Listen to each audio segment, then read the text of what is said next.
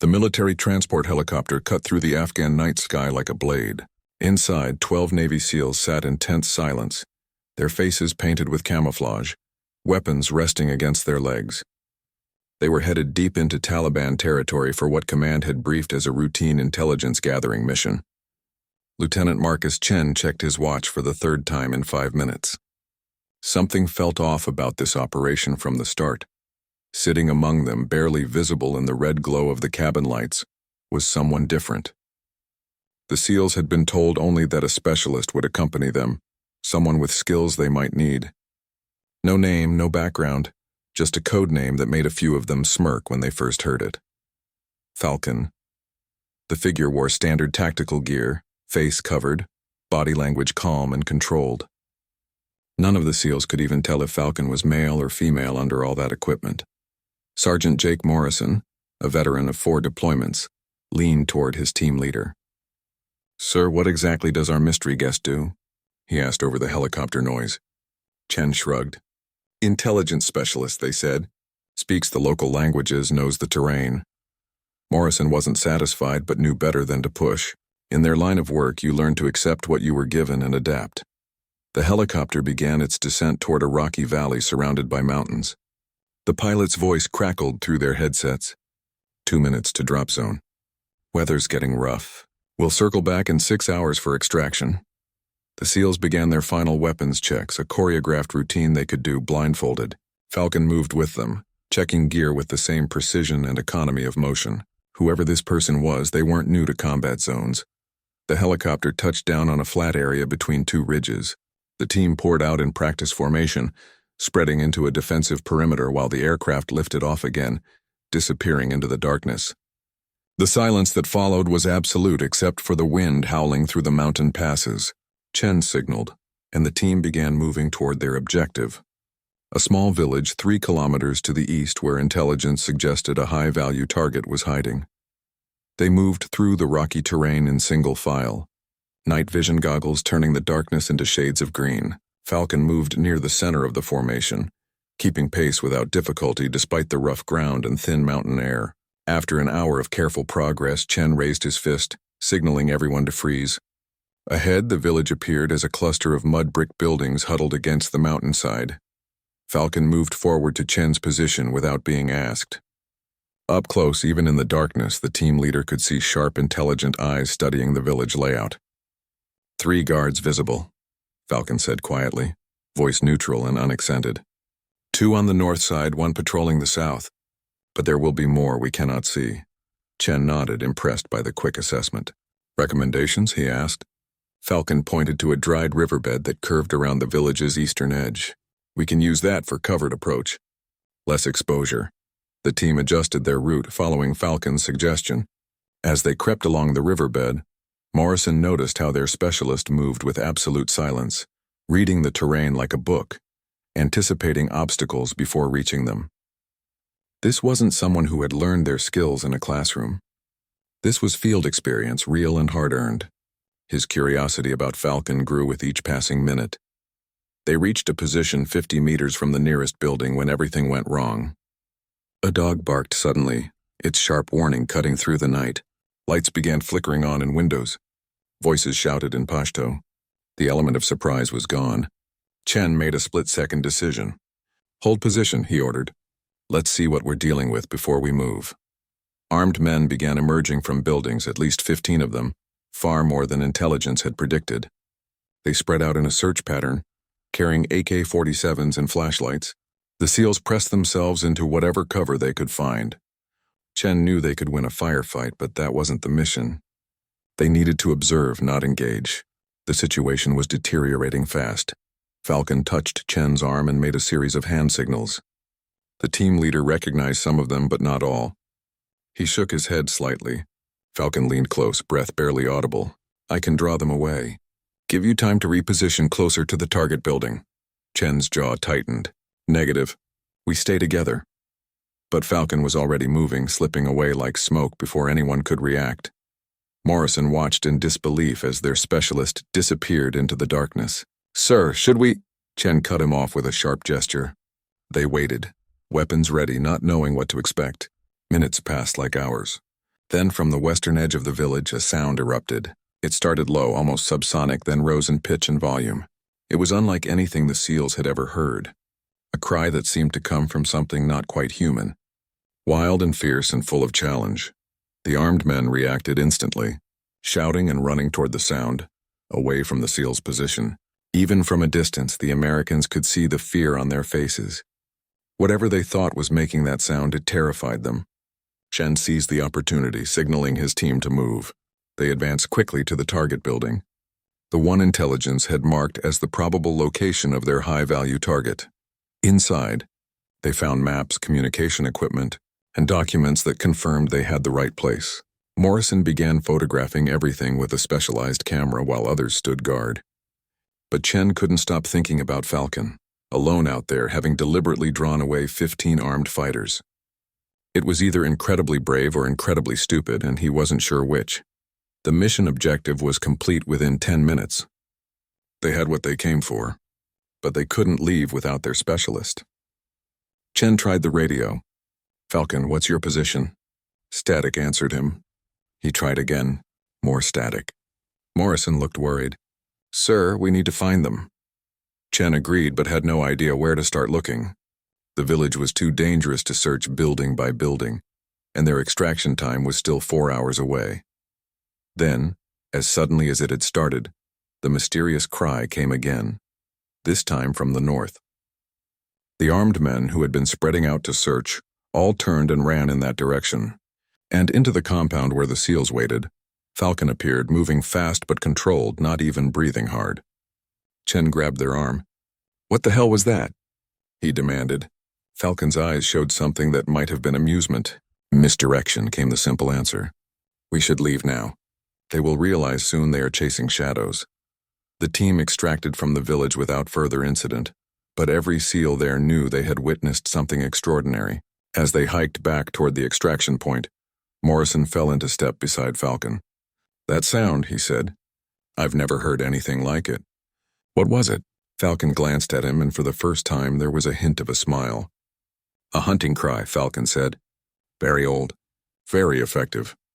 Morrison wanted to ask more, but something in Falcon's expression made him hold his questions. Some mysteries, he decided, were meant to remain mysteries, at least for now. The extraction helicopter arrived exactly on schedule, touching down long enough for the team to board before lifting off into the pre-dawn darkness.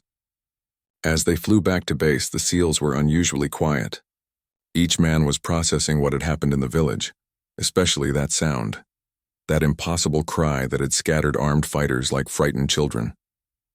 Chen sat across from Falcon, studying their specialist with new respect and a dozen unanswered questions.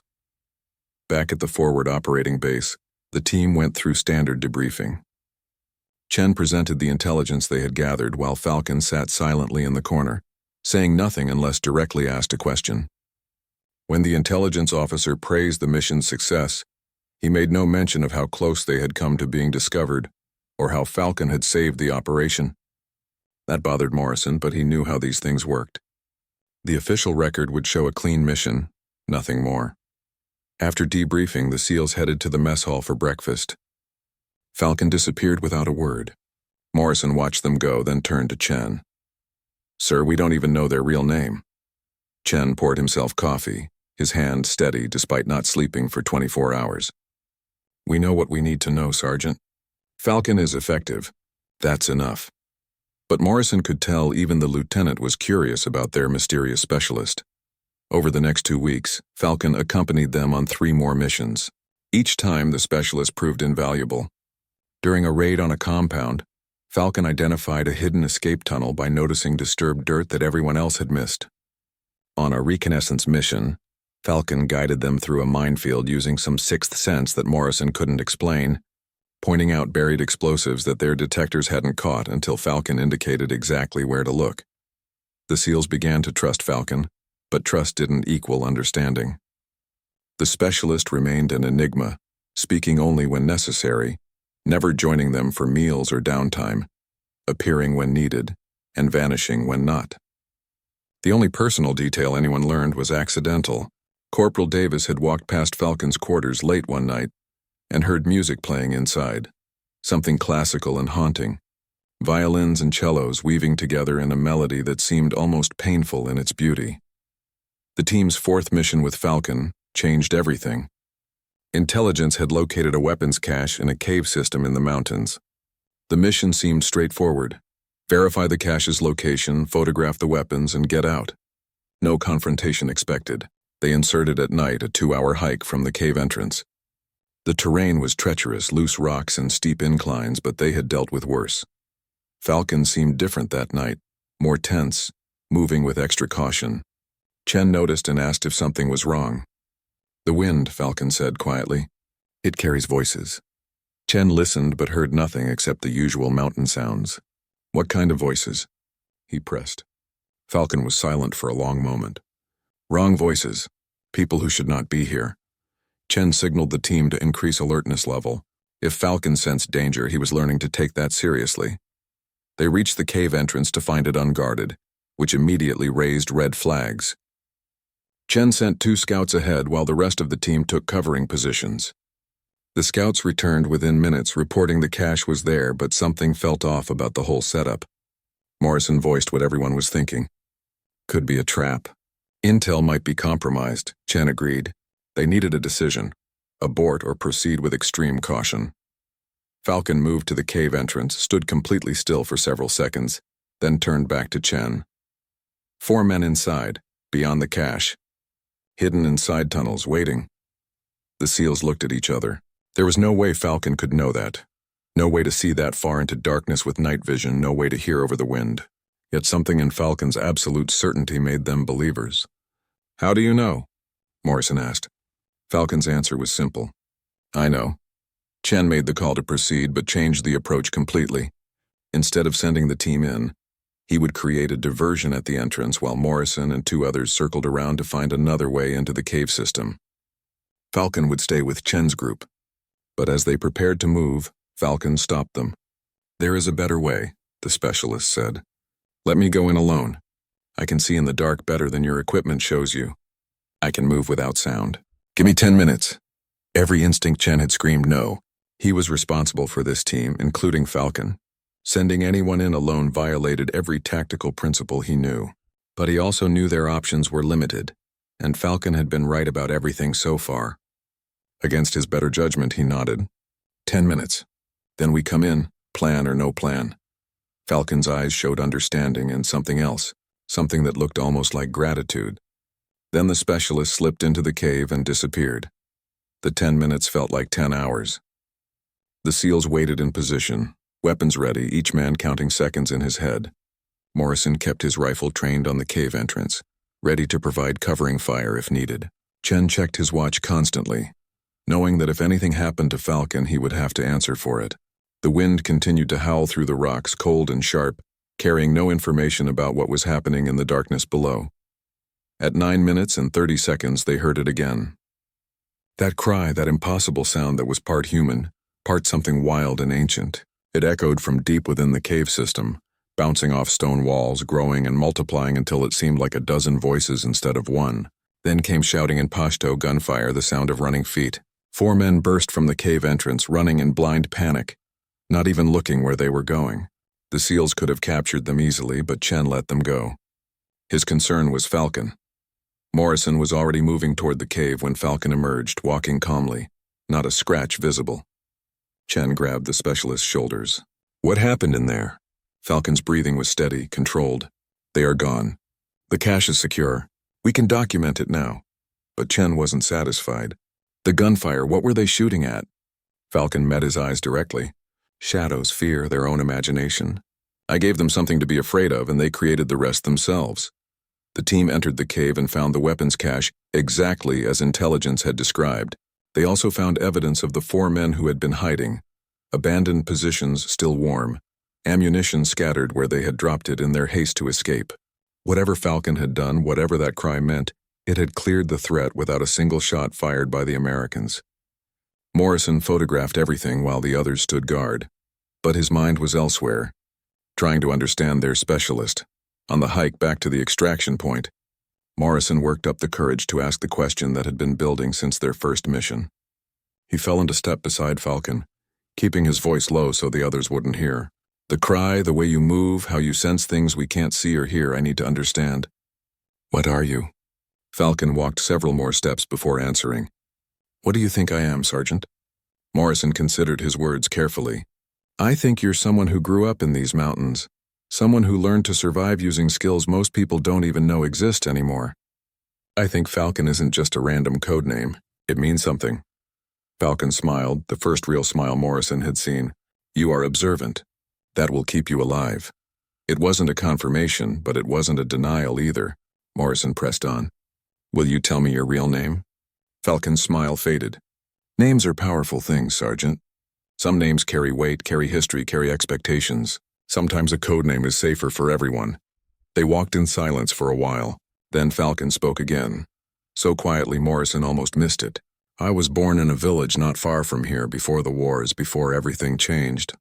My grandmother taught me the old ways, the survival skills, the animal calls, how to read the land and sky.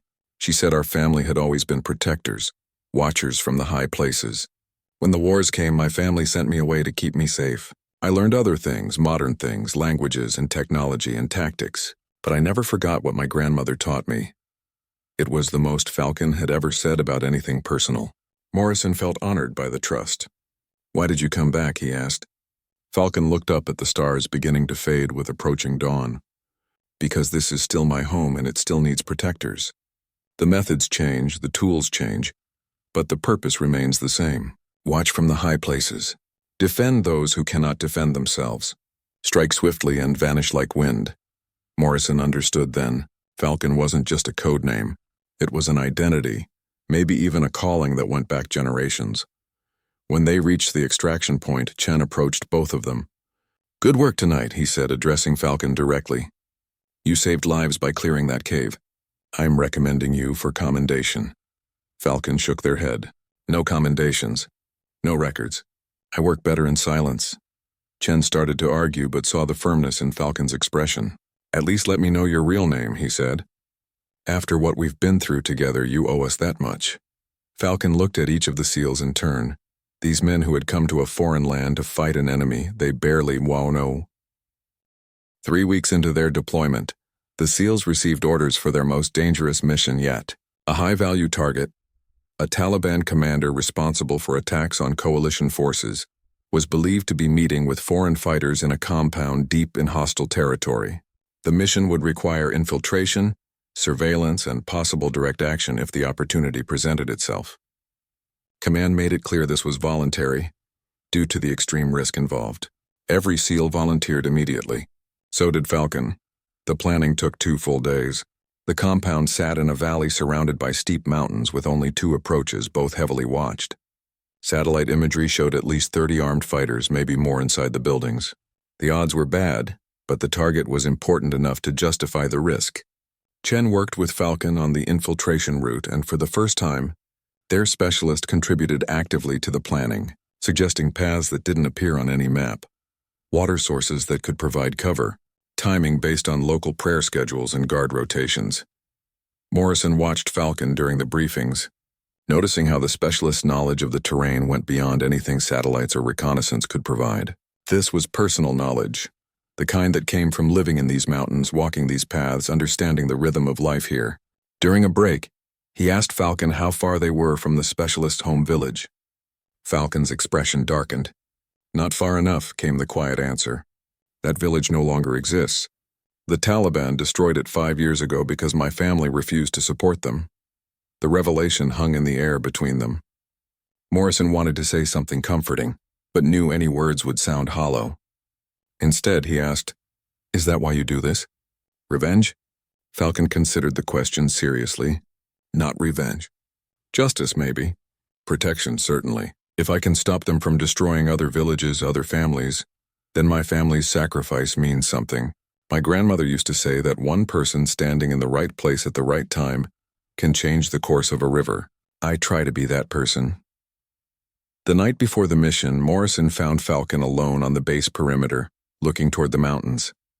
The specialist was doing something strange, moving through a series of slow, controlled movements that looked like a cross between martial arts and dance.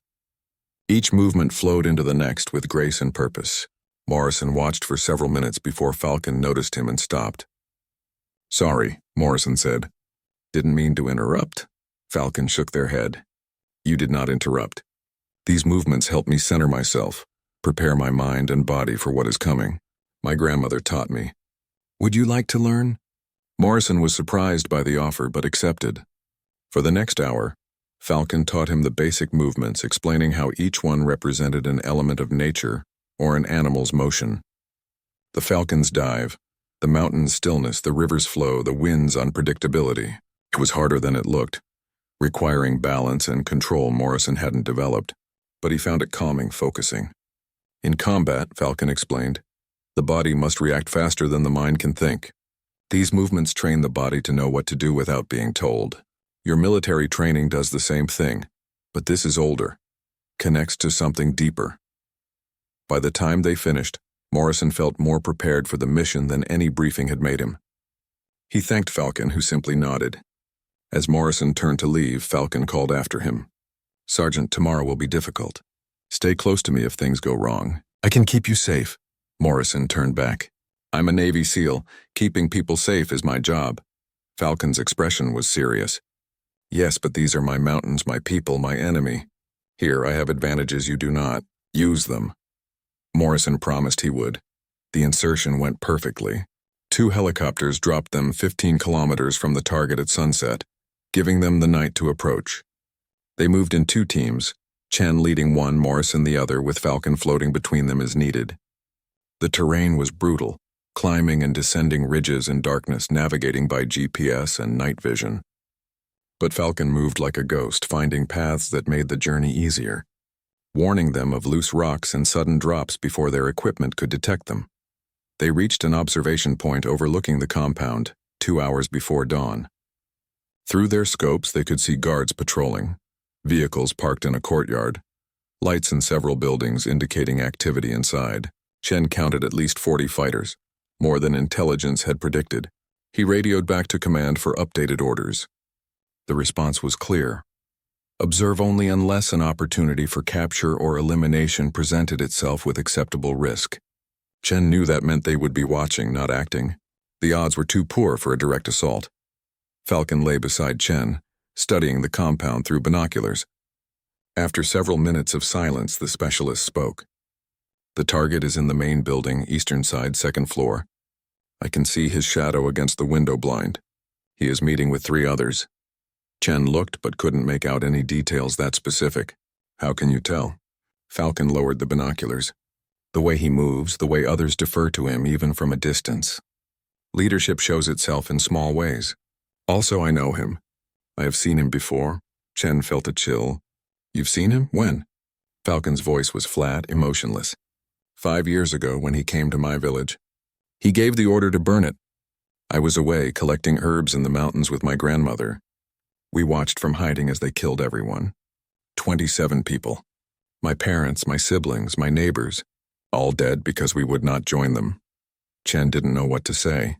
He couldn't imagine the pain of such loss. "I'm sorry," he managed. Falcon shrugged. "The past cannot be changed, but the future can be shaped." As dawn approached, more people arrived at the compound. Vehicles carrying men and supplies, confirmation that something significant was being planned. Chen photographed everything, documented every face, every license plate, every detail. This intelligence would be valuable even if they couldn't act directly. But he could feel the tension radiating from Falcon beside him. The specialist's breathing controlled but deeper than normal. "We will get him," Chen said quietly. "Maybe not today, but we will." Falcon didn't respond immediately. When the words came, they were measured, careful. Today would be better. He is here. Vulnerable. Planning something that will kill many people. Waiting gives him time to act, time to disappear again. Chen understood the frustration but knew his responsibility. "We can't take on 40 fighters and survive. Our mission is intelligence gathering." Falcon turned to look at him directly. What if there was a way to reduce those odds? What if I could create confusion? Make them think they were under attack from multiple directions, scatter them. Chen started to refuse, but Morrison had been listening. "Sir, we've seen what Falcon can do. Maybe we should hear the plan." Chen didn't like where this was going, but he was curious. "Talk," he said. Falcon pulled out a small notebook and sketched quickly. The compound has poor sight lines between buildings. Guards cannot see each other in many places. If I move through those blind spots, create noise and movement in multiple locations, they will panic. They will think they are surrounded by a larger force. In that chaos, a small team could reach the main building, extract or eliminate the target, and withdraw before they reorganize. It was crazy, exactly the kind of plan that should never work. But Chen had learned that conventional wisdom didn't always apply with Falcon. He studied the sketch, thinking through the possibilities. Morrison leaned in. We could set up covering positions on this ridge. If Falcon draws them into the open, we could provide suppressing fire, keep them pinned while the extraction team moves. Chen felt the momentum building, felt his team wanting to act. Part of him wanted it too, but the risk was enormous. Give me 30 minutes to think about it, Chen said. He moved away from the observation point and radioed command, explaining the situation without mentioning Falcon's personal connection to the target. The response was non-committal. Command neither approved nor denied the plan, essentially leaving the decision to Chen's judgment on the ground. It was both empowering and terrifying. He had the authority to go ahead, but also the full responsibility if it went wrong. He returned to find Morrison and Falcon had refined the plan further, identifying specific positions, timing sequences, fallback routes. They had thought it through with professional thoroughness. Chen looked at his team, these men who trusted him to make the right call. Then he looked at Falcon, someone fighting a personal war within a larger conflict, seeking not just victory but justice. He made his decision. We execute in 1 hour, he said. Morrison, set up your fire team on the ridge. Davis, you're with me for the extraction. Falcon, you know what you need to do. The next hour was controlled chaos as they positioned themselves. Morrison's team spread along the ridge with overlapping fields of fire. Chen and Davis moved to a position closer to the compound, ready to sprint to the main building when the moment came. Falcon disappeared into the rocks, becoming invisible even though they knew where to look. Chen checked his watch. 30 seconds, 20, 10. He raised his radio to his lips. All teams stand by. Falcon, you are go. For several heartbeats, nothing age. Chen's radio crackled with Morrison's urgent voice. Sir, they're starting to organize. You need to extract now. The gunfire outside had intensified as the Taliban fighters realized they were being attacked by a small force, not the army they had imagined. Chen grabbed documents from the dead commander's desk, stuffing them into his pack while Davis secured the body's phone and weapons. They had maybe 2 minutes before the building would be surrounded. They moved back down the stairs, but the side door they had entered through was no longer an option. Through a window, Chen could see at least 10 fighters converging on that position. The front entrance was similarly blocked. They were trapped on the ground floor with enemies closing in from all sides. Davis looked at Chen with barely controlled panic. Sir, we need options. Chen's mind raced through possibilities, none of them good. Then he heard it, that distinctive cry coming from directly above them, on the roof. Chen looked up at the ceiling, understanding immediately. Falcon's giving us a route, he said. They found a stairway leading up and climbed quickly, emerging onto the flat roof of the building. Falcon stood at the edge, silhouetted against the dawn sky, pointing to an adjacent building with a lower roofline. The gap between buildings was at least 3 meters, a dangerous jump even under ideal conditions. Under fire, in tactical gear, it was borderline suicidal. But staying was certain death. Falcon didn't wait for debate.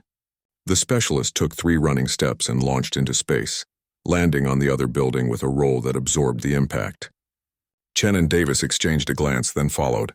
Chen went first, his heart in his throat during the moment of weightlessness, hitting hard but making it. Davis came after, barely clearing the gap, Chen catching his arm to help him up. Behind them, fighters burst onto the roof they had just left, weapons firing. Bullets kicked up dust and chips of concrete around them. Morrison's fire team on the ridge opened up with precision shots, forcing the fighters to take cover. Falcon was already moving across the lower building toward another drop-off point. Chen and Davis followed, running in a crouch as a round snapped through the air around them. They dropped off the building's rear edge into an alley, landing in trash and debris. Falcon pulled them into a narrow doorway as a truck full of fighters roared past, too focused on reaching the main compound to notice the Americans pressed into shadows. We need to reach the extraction point, Chen said, checking his GPS. They were still 2 kilometers away, with the entire valley now alert to their presence. Falcon studied the surrounding buildings, the angle of the rising sun. the flow of people beginning to emerge from their homes at the sound of gunfire. "Follow me exactly," Falcon said. "Do not hesitate, do not question. Trust completely or we die." Chen nodded, too pressured to do anything else. They moved. What followed was the most terrifying and amazing movement through hostile territory Chen had ever experienced. Falcon led them through a maze of alleys, courtyards, and buildings that seemed to have no pattern but clearly did. They passed within meters of armed fighters who were looking the wrong direction because Falcon anticipated where attention would be focused. They hid in a chicken coop while a search party ran past. They crossed a busy street by blending into a group of women going to market, Falcon having somehow procured scarves to cover their tactical gear. Every choice Falcon made was perfect. As if the specialist could see the future or read minds, Chen realized this wasn't magic or luck. This was someone who understood these people, this culture, this environment at a level no outsider ever could. Falcon was moving through their own world, using knowledge accumulated over a lifetime. When they hid behind a wall, it was because Falcon knew the sight lines of every window. When they waited before crossing an intersection, it was because Falcon could predict the timing of vehicle traffic. They had covered half the distance to the extraction point when things went wrong again. A child no more than 8 years old came around a corner and froze, staring at the 3 armed Americans. Chen's heart sank. If the child screamed or ran to get adults, they were finished. But Falcon stepped forward slowly, hands visible and empty, speaking in soft Pashto. The child's eyes widened, focused on Falcon, and Chen saw recognition bloom. The child responded in rapid Pashto, pointing back the way they had come, gesturing urgently. Falcon nodded and spoke again, pulling something from a pocket. A small piece of cloth, brightly colored. The child took it with reverence, bowed slightly to Falcon, then ran off without raising alarm. Chen stared. What just happened? Falcon's expression was complicated, mixing sadness and hope. That child is from a family I once knew. They survived when my village was destroyed, relocated here. The cloth is a traditional gift, a promise of protection. The child will tell their family they saw me, and the family will know the Taliban are being hunted. It will give them hope. They continued moving, but the encounter had affected Falcon visibly. The specialist's movements were less fluid, more mechanical, as if thinking about the past was interfering with the present. Davis noticed too, touching Chen's arm and nodding toward Falcon with concern. Chen understood. They needed their guide focused, not lost in memory and emotion. He moved alongside Falcon. "Hey, I need you here with us. We're not safe yet." Falcon blinked, seemed to return from somewhere far away. "You are right. I apologize. Sometimes the past reaches out and pulls me back." They picked up pace, focus returning to those sharp eyes. Chen felt relief. They still had a kilometer to go through increasingly dangerous territory. The extraction point was on the far side of a dried riverbed, sheltered by rocky outcroppings that would provide cover during helicopter pickup. But between them and safety lay open ground, at least 400 meters with minimal concealment. Worse, Chen could hear vehicles in the distance, search parties spreading out from the compound. Time was running out. Morrison radioed that his fire team was already moving toward the extraction point, having broken contact with the enemy. They would arrive first and could provide covering fire if needed. Falcon surveyed the open ground, thinking hard. "There is another way," the specialist said, pointing to the riverbed itself. "It curves around, adds distance, but provides cover. The ground is soft sand in places, will slow us down, but safer than crossing exposed." Chen checked his watch. The helicopter was due in 20 minutes. "We'll never make it in time going the long way." Falcon met his eyes. "We will if we run and if we are lucky." They climbed down into the riverbed and started running. The sand grabbed at their boots, draining energy with every step. Davis was breathing hard within minutes, the altitude and exertion taking their toll. Chen wasn't much better, but Falcon moved with steady endurance, occasionally slowing to let them catch up but never showing fatigue. After 10 minutes of brutal effort, Chen's lungs were burning. His legs felt like concrete, but they had covered good distance. Then they heard it, the sound of engines ahead of them. A vehicle had stopped on the bank above the riverbed, cutting off their route. Voices called out in Pashto, and Chen knew they had been spotted or were about to be. Falcon dropped to one knee, pulling Chen and Davis down beside them. "Stay low, stay quiet," Falcon whispered. The specialist cupped hands around mouth and made a sound. Not the hunting cry this time, but something else. A warbling call that sounded exactly like a local bird. From up ahead, an answering call came back. Not from the vehicle, but from the rocks beyond it. Morrison's voice came through the radio, barely audible. "Falcon, is that you? We're in position, 50 meters ahead of the vehicle. We can take them out if needed." Falcon responded with another bird call, a different pattern. Morrison replied, "Understood. We'll wait for your signal." Chen was amazed. Falcon and Morrison had developed a communication system he hadn't even known about, using natural sounds that wouldn't alert enemies. The vehicle above them remained stationary, fighters visible on the bank, scanning the area. They were looking for Americans, but clearly hadn't pinpointed their location in the riverbed yet. Falcon made a decision, standing up and walking forward calmly, hands visible, calling out in Pashto. Chen's heart nearly stopped. What was Falcon doing? Davis started to raise his weapon, but Chen pushed it down. "Wait," he breathed. "Trust the plan." The fighters above shouted back, weapons pointed at Falcon. Chen couldn't understand the words, but he could hear the challenge in their voices. Falcon responded in a strong, clear voice, still approaching without fear. One of the fighters lowered his weapon slightly, seeming confused. An argument broke out among them, voices raised. Then Falcon said something that made them all freeze. The specialist pointed toward the mountains, speaking with authority and conviction. Whatever Falcon said worked. The fighters climbed back into their vehicle and drove off, heading in the direction Falcon had pointed. Chen and Davis remained hidden until the engine sounds faded. Then they scrambled up to where Falcon stood, questions tumbling out. "What did you tell them?" Chen demanded. Falcon allowed a small smile. "I told them I was a local shepherd who had seen American soldiers heading toward the northern pass. I said they were heavily armed and moving fast.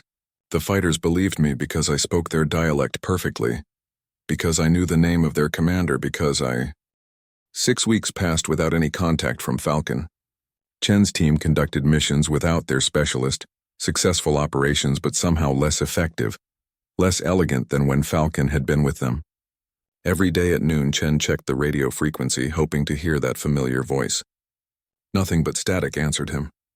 Morrison worried openly that something had happened, that Falcon had been captured or killed operating alone in hostile territory.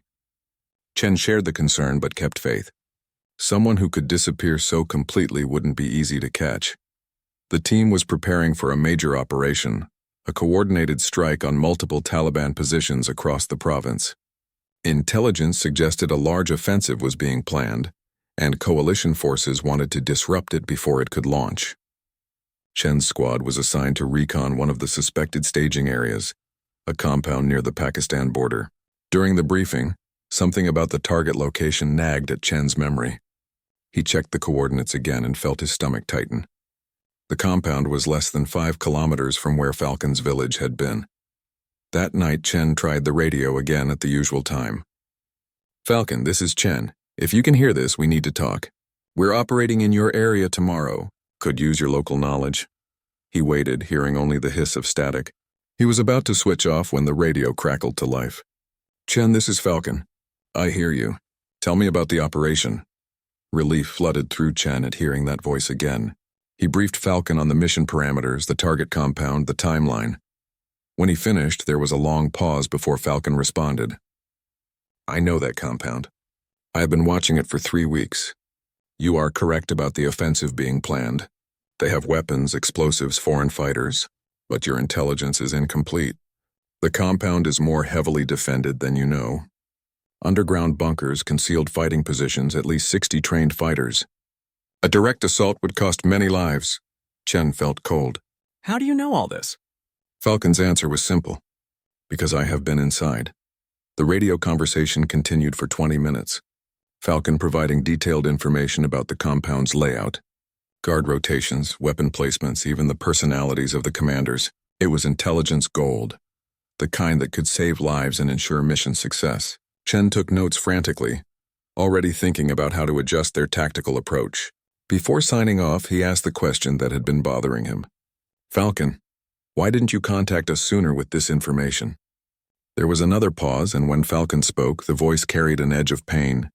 "Because I was not certain I wanted to share it. That compound stands where my family's fields once grew. The men inside destroyed everything I loved. Part of me wanted to deal with them myself, wanted personal revenge without American involvement. I have been watching, planning, waiting for the right moment. Chen understood that desire for personal vengeance but also recognized the danger. And now? Why tell us now? Falcon's sigh was audible over the radio. Because my grandmother's words keep echoing in my mind. She said revenge is a poison that kills the person who drinks it. Justice requires clear eyes and a pure heart, not rage and hatred. I realized that if I attacked alone, driven by anger, I would likely die and accomplish nothing. Better to work with you. Ensure the mission succeeds, achieve the larger goal. My family would want that. They were people of peace who died because of violence. Answering violence with more violence in their name feels wrong. Chen felt deep respect for that choice, knowing how hard it must have been. Will you guide us tomorrow? Show us what you've learned? Falcon agreed immediately. I will meet you at the insertion point. But Chen, I need you to promise me something. When this is over, when the compound is cleared, I need time there alone. Just a few minutes. There is something I must do. Chen didn't understand but agreed. You have my word. Whatever you need. The mission launched before dawn. 2 helicopters carried Chen's squad and another SEAL team, total of 24 operators. They inserted 3 kilometers from the target and began moving through the darkness. Falcon appeared like a spirit from behind a boulder, startling even the alert SEALs. Morrison grinned broadly. Good to see you again, Falcon. We've missed having you around. Falcon nodded to each team member, acknowledging the renewed partnership. I have missed you as well. Now let me show you what you face. Using a small tablet, Falcon displayed photographs taken during reconnaissance of the compound, marked with annotations showing bunker entrances, weapon positions, likely ambush points. The SEALs studied the images with professional appreciation for the quality of intelligence gathering. This was work that normally required satellite surveillance and days of preparation. Falcon had done it alone on the ground, at enormous personal risk. The mission commander, a senior chief named Rodriguez, whistled softly. This is outstanding work. With this intel, we can plan a much smarter approach. The tactical plan evolved quickly. Rather than a direct assault, they would use Falcon's knowledge to infiltrate quietly, disable key defensive positions, and capture or eliminate the leadership before the bulk of fighters could respond. Falcon would guide the initial entry team while Morrison's squad provided overwatch and backup. It was risky but feasible with the detailed intelligence they now possessed. Rodriguez looked at Falcon with newfound respect. You could have taken this compound yourself with this information, sold it to us for a fortune. Why give it freely? Falcon's response was immediate. Because this is not about money or glory. This is about stopping evil people from hurting innocents. My payment is knowing that because of today's action, some village will not burn, some family will not be destroyed. That is worth more than any currency. Rodriguez nodded, not entirely understanding but accepting. He had worked with many local allies over the years, some motivated by money, others by revenge, a few by genuine conviction. Falcon clearly fell into the last category, the rarest and most valuable kind of ally. They moved into position as the sun began rising, bathing the mountains in golden light. Falcon led Chen and 4 other SEALs toward the compound's western wall, a section that appeared solid, but actually concealed a drainage culvert large enough to crawl through. Falcon had discovered it during previous reconnaissance and verified it was unguarded, considered too small for adult men to use. But SEALs were trained to squeeze through impossibly tight spaces. And what Falcon could navigate, they could follow. The culvert was every bit as claustrophobic as Chen feared, barely wide enough for his shoulders, smelling of stagnant water and decay. He crawled behind Falcon through 20 meters of darkness, hearing his own breathing echo off the concrete walls, fighting down panic. Then they emerged inside the compound, in a storage area stacked with crates. Falcon signaled for silence and led them between the crates to a door. Beyond lay a courtyard, empty in the early morning light. They crossed the courtyard in seconds and entered the main building. Falcon navigated the corridors with absolute confidence, having memorized the layout during previous infiltration. They found the command center on the 2nd floor. 3 Taliban commanders hunched over maps and documents, planning their offensive. The SEALs burst in with overwhelming speed. 2 commanders went down immediately. The 3rd tried to reach a weapon but was tackled by Chen. Within 30 seconds, the compound's leadership was neutralized, captured alive for intelligence value. That was the signal for the main assault. Morrison's team and Rodriguez's squad hit the compound from 2 directions, breaching walls and gates with explosive charges. The defenders, already disorganized by losing their commanders, fought back but without coordination. Falcon's intelligence about bunker locations allowed the SEALs to clear them systematically, eliminating resistance pockets before they could become serious threats.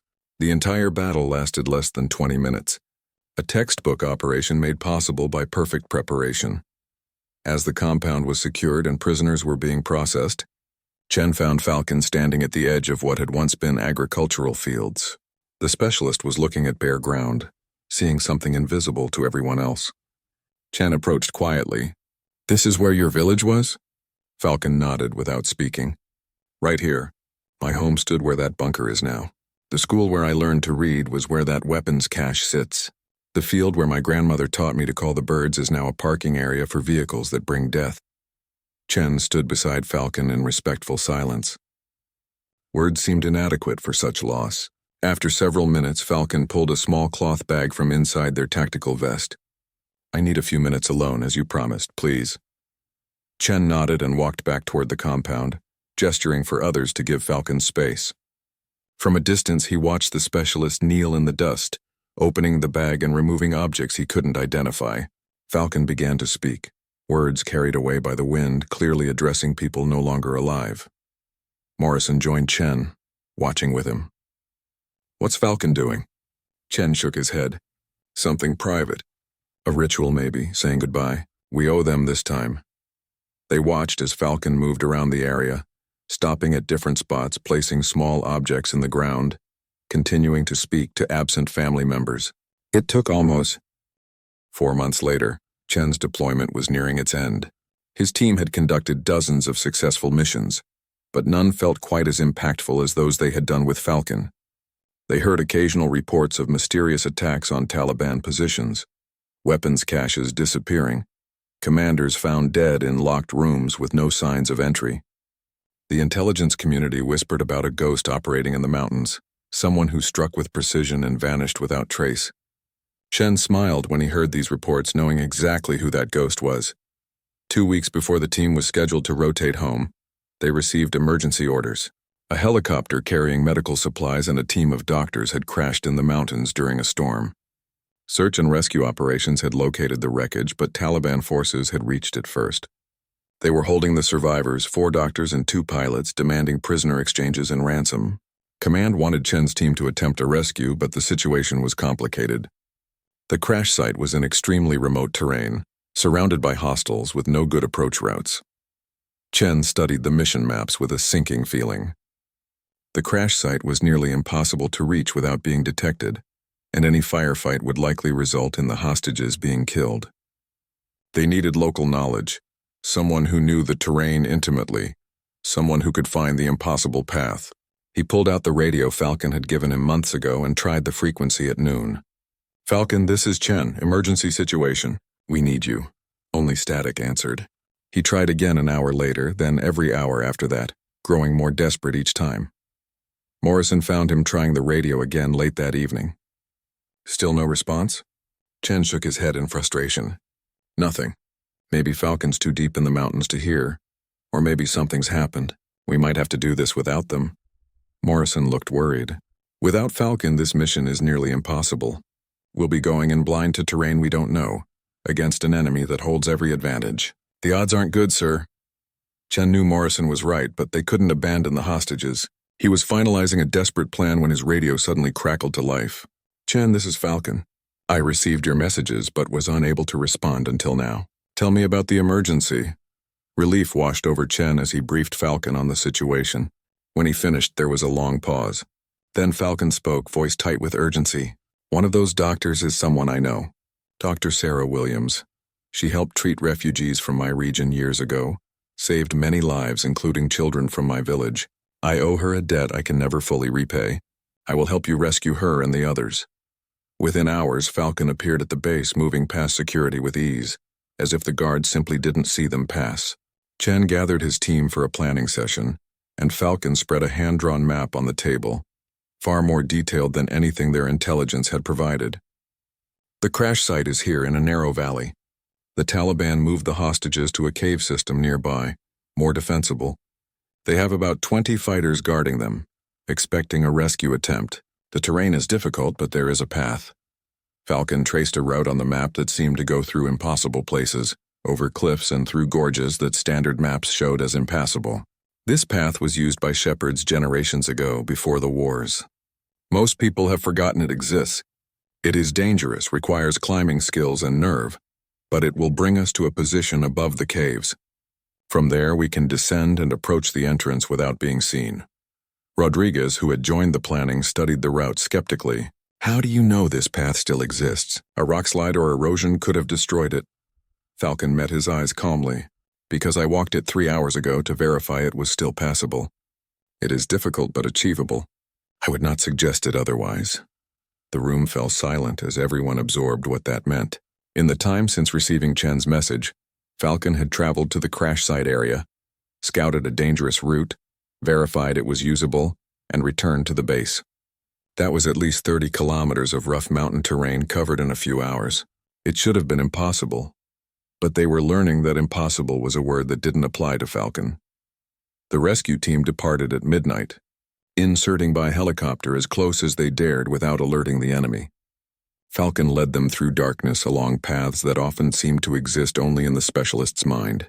They climbed rock faces using ropes, crossed narrow ridges with drops of hundreds of meters on both sides, squeezed through gaps between boulders that barely accommodated their gear. It was the most physically demanding movement Chen had ever done, and they did it all in near total silence. Dawn was breaking as they reached the position Falcon had described, a rocky outcrop overlooking the cave system. Through binoculars, Chen could see guards at the cave entrance armed and alert. Inside, barely visible, were the hostages sitting against a wall, looking exhausted and frightened. Dr. Williams was among them, her gray hair and gentle face unmistakable even from a distance. Falcon stared at her for a long moment, something painful flickering across the specialist's features. She sang to dying children in my village, Falcon said quietly. When there was no medicine left, when all we could offer was comfort, she sang to them. I will not let her die here. The plan was straightforward but required perfect timing. Falcon would descend to a position near the cave entrance and create a distraction, drawing the guards away from the hostages. While they were focused on Falcon, Chen's team would fast rope down from the outcrop directly into the cave, secure the hostages, and extract using the same ropes. It was insane, requiring split-second coordination and absolute trust. But looking at his team, Chen saw determination, not doubt. They trusted Falcon completely. Falcon began the descent, moving down the cliff face with speed that seemed to defy gravity. Chen watched through his scope, marveling at the specialist's skill. Falcon reached a narrow ledge about 30 meters from the cave entrance and paused, gathering breath. Then, looking up once to ensure the seals were ready, Falcon threw something into the ravine below the cave. It made a loud clatter like rocks falling. The guards reacted immediately, moving to investigate the sound. That was the moment. Chen and his team rappelled down the cliff face, dropping into the cave entrance while the guards were distracted. They cut the hostages' restraints and began clipping them into harnesses for rapid extraction. Dr. Williams looked at Chen with shocked recognition, though they had never met. You came, she whispered. They said no one would come. Chen smiled grimly. We never leave anyone behind, ma'am. Now hold on tight, this ride gets rough. Outside, Falcon was executing the second phase, keeping the guards occupied. That cry, that hunting shriek, echoed through the ravine, bouncing off stone walls seeming to come from everywhere at once. The Taliban fighters fired wildly, shooting at shadows and echoes, completely disoriented. Falcon moved between positions with fluid grace, appearing long enough to draw fire, then vanishing before anyone could get a clear shot. It was a deadly game, one mistake would be fatal. But Falcon played it perfectly. The hostages were being hauled up to the outcrop one by one, Morrison and his team providing security from above, while Chen supervised from the cave. 5 were up, only Dr. Williams and 1 pilot remaining. Then something went wrong. A guard, smarter or luckier than the others, circled around Falcon's position and spotted the specialist. He shouted a warning, and suddenly all the fighters were converging on Falcon's location, cutting off escape routes. Chen made a split-second decision. Morrison, get the last 2 hostages up now. I'm going after Falcon. He grabbed a rope and swung out of the cave, descending toward where he had last seen their specialist. Behind him, he heard Morrison shouting protests, but he ignored them. They weren't leaving Falcon behind, not after everything the specialist had done for them. He hit the ground running, weapon up, scanning for targets. He found Falcon pinned behind a boulder, 3 fighters closing in from different angles. Chen opened fire, dropping 2 of them instantly. The third turned toward him, giving Falcon the opening needed. The specialist moved like lightning, covering the distance impossibly fast, disarming the fighter with a move Chen's eyes could barely follow. Within seconds, the immediate threat was neutralized, but more fighters were coming, attracted by the gunfire. "We need to go now," Chen shouted. Falcon nodded, but instead of heading for the ropes, the specialist ran deeper into the ravine. "This way, there is another path." Chen had no choice but to follow, trusting that Falcon knew what they were doing. They ran through narrow gaps between rocks, Falcon's knowledge of the terrain the only thing keeping them ahead of their pursuers. Bullets sparked off stone around them, too close for comfort. They reached a point where the ravine walls narrowed to barely a meter apart, rising vertically for 20 meters. Falcon looked up, calculating, then began climbing. Chen followed, his fingers finding holds that Falcon showed him, moving with desperate speed. The Taliban fighters reached the base of the climb and started shooting upward. Chen felt a bullet tug at his pant leg, another chip rock near his hand. He climbed faster, arms burning, lungs screaming for air. They reached the top together, rolling away from the edge, a